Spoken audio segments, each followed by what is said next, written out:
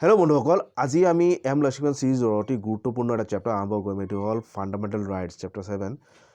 গতিকে এইটো এটা বহুত ইম্পৰ্টেণ্ট চেপ্টাৰ যিটো মানে প্ৰায় UPSC বা ষ্টেট চিভিল ছাৰ্ভিচ যিবিলাক যিকোনো এক্সামত এই চেপ্টাৰৰ পৰা কুৱেশ্যনছ থাকিব মেইনছত থাকিব আৰু প্ৰিলিমছত থাকিব গতিকে এই চেপ্টাৰটো আমাৰ কাৰণে জানা বহুত দৰকাৰ হৈ যায় মানে as a citizen of India বা আমি যিকোনো পৰীক্ষাৰ এছপায়াৰ যদি হওঁ এই চেপ্টাৰটো আমাৰ কাৰণে জানা অতি দৰকাৰ হৈ যায় গতিকে আমি এই চেপ্টাৰটো ডিটেইলছত ডিছকাছ কৰোঁ আহক The fundamental rights are enshrined in Part 3 of the Constitution from Articles 12 to 35. এতিয়া যিবিলাক মৌলিক অধিকাৰ বা ফাণ্ডামেণ্টেল ৰাইটছ এইটো ক'ত আছে সংবিধানৰ কোনটো অংশত আছে বা কোনটো অধ্যায়ত আছে এইটো হ'ল পাৰ্ট 3 নম্বৰ পাৰ্টত আছে আৰু কোনবিলাক আৰ্টিকেল মানে এই ফাণ্ডামেণ্টেল ৰাইটছ সূচায় মৌলিক অধিকাৰ সূচায় এইটো হ'ল আৰ্টিকলছ 12 to 35 এইটো অতি গুৰুত্বপূৰ্ণ তথ্য আমি জানি ৰাখিব লাগে আৰ্টিকলছ হ'ল 12 to 35 আৰু পাৰ্ট 2 হ'ল part 3 In this regard, the framers of the Constitution derived inspiration from the Constitution of USA, that is, Bill of Rights. আৰু এই ফাণ্ডামেণ্টেল ৰাইটছ এইটো আমাৰ সংবিধানত আছে মৌলিক অধিকাৰ এইটো ক'ৰ পৰা মানে প্ৰেৰিত হৈছিলে ক'ৰ পৰা লোৱা হৈছিলে এইটো হ'ল আমেৰিকান কনষ্টিটিউশ্যন USA কনষ্টিটিউশ্যন সংবিধান আৰু বিশেষকৈ বিল অফ ৰাইটছ যিবিলাক মানে বিল অফ ৰাইটছ আছিলে যিবিলাক অধিকাৰ আমেৰিকাৰ নাগৰিকক অধিকাৰ দিয়া হৈছিলে এই বিল অফ ৰাইটছৰ পৰা মানে প্ৰেৰিত হৈ এই মৌলিক অধিকাৰবিলাক ভাৰতৰ সংবিধানত লোৱা হৈছিলে আমি জানো ইয়াৰ আগতে যে আমাৰ সংবিধানটো হ'ল বেগ অফ বৰয়িংছ মানে বিভিন্ন দেশৰ কনষ্টিটিউশ্যন সংবিধানৰ পৰা বিভিন্ন গুৰুত্বপূৰ্ণ তথ্যবিলাক লৈ আমাৰ সংবিধানটো তৈয়াৰ কৰা হৈছিলে মানে সেইবিলাক কনষ্টিটিউশ্যনৰ ভাল বস্তুবিলাক আমাৰ পৰা প্ৰেৰিত হৈ মানে আমাৰ সংবিধানত অন্তৰ্ভুক্ত কৰা হৈছিলে বা সংবিধানটো এটা মানে বেগ অফ বৰয়িংছ বুলি কোৱা হয় Part 3 of the Constitution is rightly described as the Magna Carta of India. আৰু এই পাৰ্ট 3 যিটো মানে সংবিধানৰ এইটোক মানে কি বুলি কোৱা হয় মেগনা কাৰ্টা অফ ইণ্ডিয়া যিটো মেগনা কাৰ্টা এটা মানে এটা সন্ধি আছিলে ইংৰাজ ৰজা কিং জনে 1215 চনত মানে স্বীকৃতি কৰিছিলে বা কৰিছিলে এগ্ৰিমেণ্ট কৰিছিলে তেওঁৰ মানে বিৰোধী পক্ষৰ লগত যাৰ ফলত মানে ইংৰাজ যিবিলাক নাগৰিক আছিলে তেওঁলোকক মানে ৰাজনৈতিক অধিকাৰ দিয়া হৈছিলে ঠিক সেইদৰে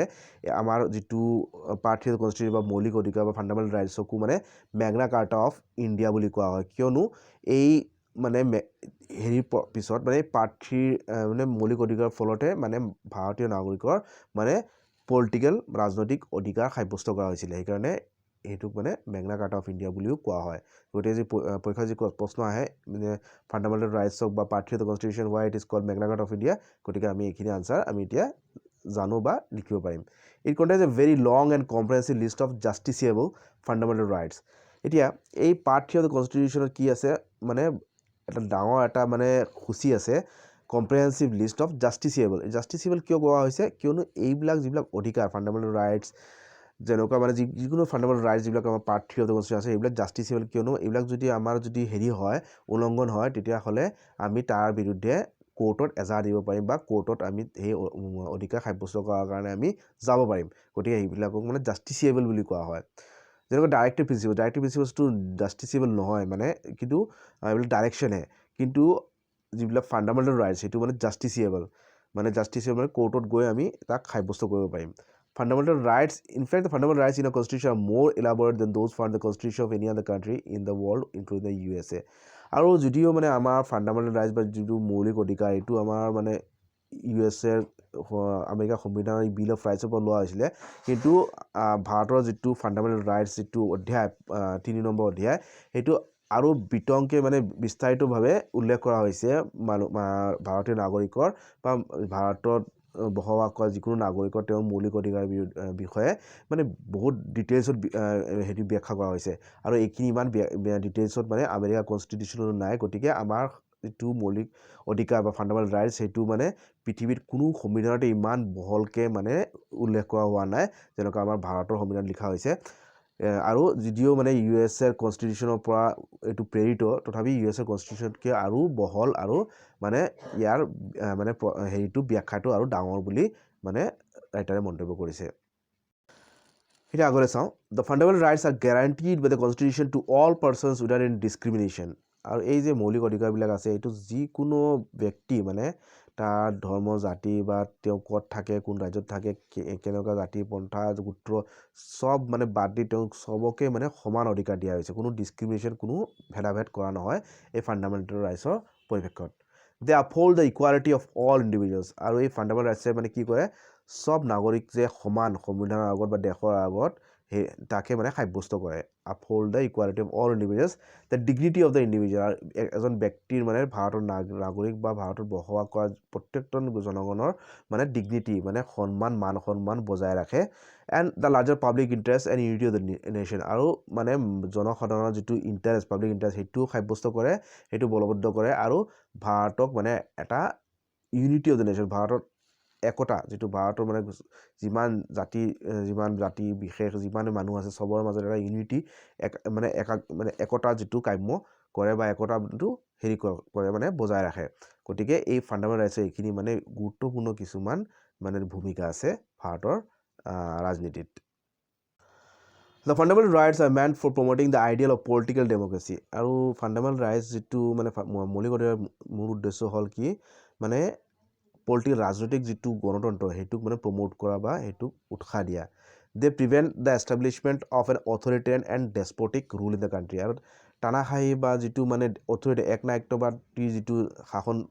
প্ৰণালী সেইটো মানে তাক প্ৰতিৰোধ কৰে বা তাক বাধা দিয়ে and protect the liberties and freedoms of the people মানুহৰ যিটো স্বাধীনতা আছে তাক মানে সুৰক্ষা দিয়ে against the invasion of the by the state মানে কাৰ পৰা ৰাজ্য মানে যিটো শাসকবৰ্গ আছে শাসকবৃন্দ আছে তেওঁলোকে যাতে মানে মানুহৰ যিটো মৌলিক অধিকাৰ বা মৌলিক যিটো স্বাধীনতা তাক খৰ্ব নকৰে যিকোনো ৰুল লগাই তাৰ কাৰণে মানে ফাণ্ডামেণ্টেল ৰাইটছে মানুহক সুৰক্ষা দিয়ে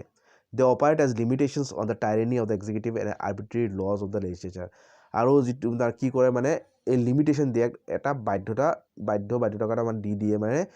যিটো এক্সিকিউটিভ মানে শাসকবৃন্দৰ মানে যিকোনো ৰুল বা লজ আনি বা নিয়ম কানুন আনি মানুহ যাতে হাৰাশাস্তি নকৰে মানুহক জোৰ জুলুম নকৰে তাৰ কাৰণে মানে এটা প্ৰতিৰোধ কৰে বাধা দিয়ে আৰু যিকোনো লেজিছলেচাৰ মানে পাৰ্লিয়ামেণ্টে যাতে যিকোনো ল বনাই মানুহৰ এই মৌলিক অধিকাৰবিলাক খৰ্ব নকৰে তাৰ কাৰণেও মানে প্ৰতিৰোধ কৰিব মানে মানুহক এটা সুৰক্ষা কৱচ দিয়ে ধৰি লওক মানে পাৰ্লিয়ামেণ্টে আজি ল ওলালে যে মানুহে আৰু কালিৰ পৰা গাড়ী কিনিব নোৱাৰে সেইটো হ'ল মানুহৰ এটা পাৰ্চনেল লিবাৰ্টি আছে মানুহে ইচ্ছা কৰিলে মানে বা যিকোনো এটা কাপোৰৰ ওপৰত বাধা দিলে কালিৰ পৰা মানুহে মানে জিন্স পিন্ধিব নোৱাৰে তাৰমানে কি হ'ল মানে এটা মানুহৰ মৌলিক অধিকাৰৰ ওপৰত হস্তক্ষেপ কৰা হ'ল এইদৰে যাতে মানে কোনো ৰুল মানে আৰ্বিট্ৰেৰী যিকোনো ৰুল নিয়ম কানুন লগাই মানে মানুহৰ ওপৰত যাতে জোৰ জুলুম নকৰে তাৰ কাৰণে মানে তাৰ বাবে মানুহক মানে সুৰক্ষা দিয়ে in short they aim at establish governments of laws and not of men আৰু মানে কি সাব্যস্ত কৰে যে যিটো শাসন হয় সেই শাসনটো মানে গভৰ্ণমেণ্ট অফ লজ মানে ৰুলৰ নিয়ম কানুনৰ গভৰ্ণমেণ্ট হয় নাকি মানে মানুহৰ শাসন হয় মানে কোনো মানুহৰ নিজৰ মন মুতাবিক মানে ইচ্ছা অনুযায়ী শাসনটো নচলে বৰঞ্চ মানে কানুনে বা নিয়মে কি কৈছে বা লজে কি কৈছে বা সংবিধানে কি কৈছে সেইমতে যাতে মানে গভৰ্ণমেণ্টটো হয় বা শাসন প্ৰণালী চলি থাকে তাক সাব্যস্ত কৰে এই ফাণ্ডামেণ্টেল ৰাইটছে এতিয়া কথা হ'ল এই ফাণ্ডামেণ্টেল ৰাইটছক ফাণ্ডামেণ্টেল বা মৌলিক অধিকাৰ বুলি কিয় কোৱা হ'ল তাৰ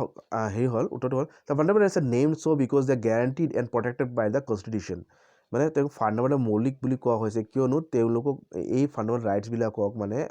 যিমানখিনি অধিকাৰ আছে মানে এইবিলাক গ্যাৰাণ্টি দিয়া মানে সুনিশ্চিত কৰা হৈছে আৰু প্ৰটেক্ট মানে সুৰক্ষাও দিয়া হৈছে মানে কনষ্টিটিউশ্যন সংবিধানে এই দায়িত্ব লৈছে ইয়াক সুৰক্ষা দিয়াৰ বা গ্যাৰাণ্টি কৰা নিশ্চিত কৰা যাতে সব মানুহে বা নাগৰিকে ভাৰতৰ নাগৰিকে বা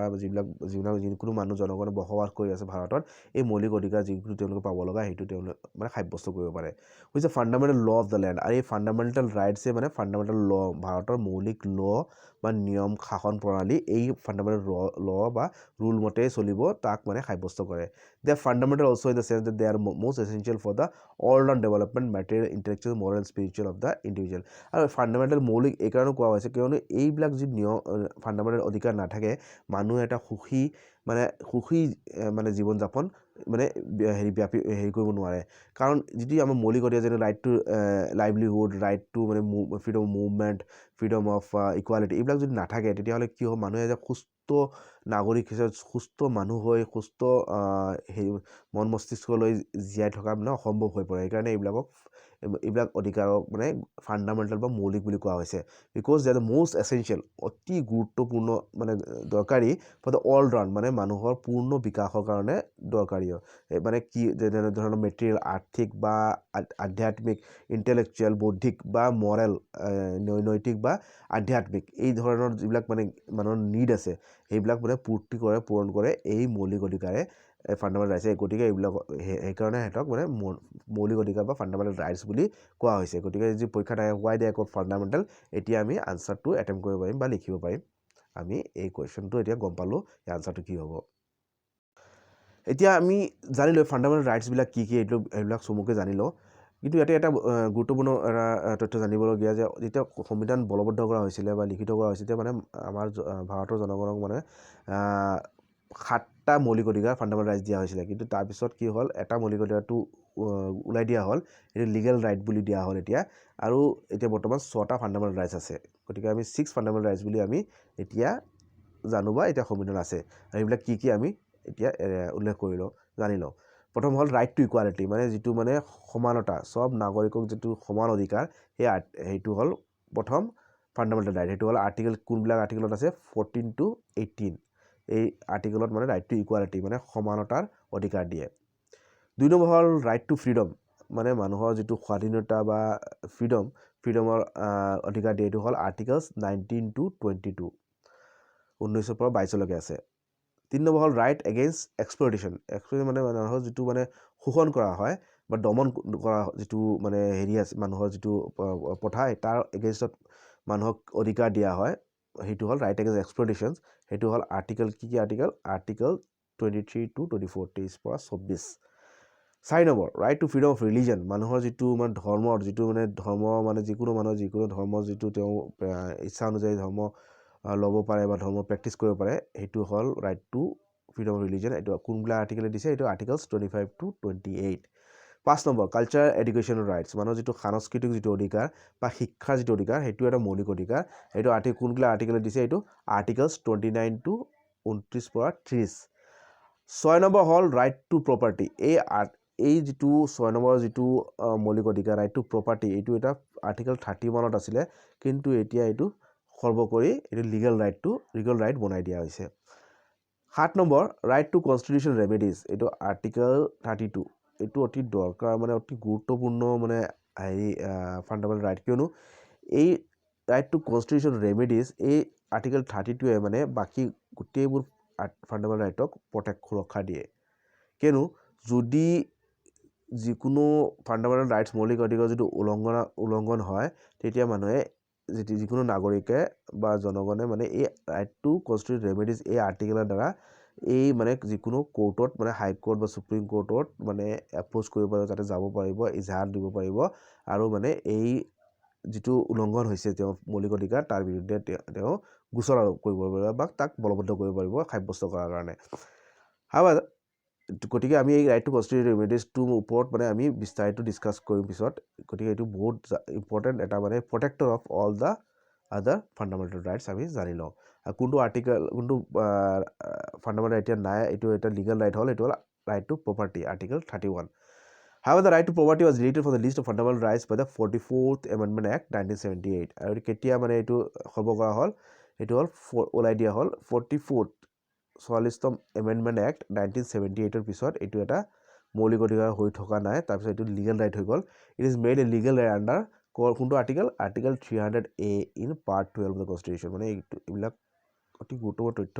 পৰীক্ষাত প্ৰায় ঘূৰি থাকে চ' এইখিনি আমি বস্তু জানিব লাগে চ' এট প্ৰেজেণ্ট দিয়াৰ অনলি 6 ফাণ্ডামেণ্টেল ৰাইটছ গতিকে এতিয়া বৰ্তমান কিমান ফাণ্ডামেণ্টেল ৰাইটছ আছে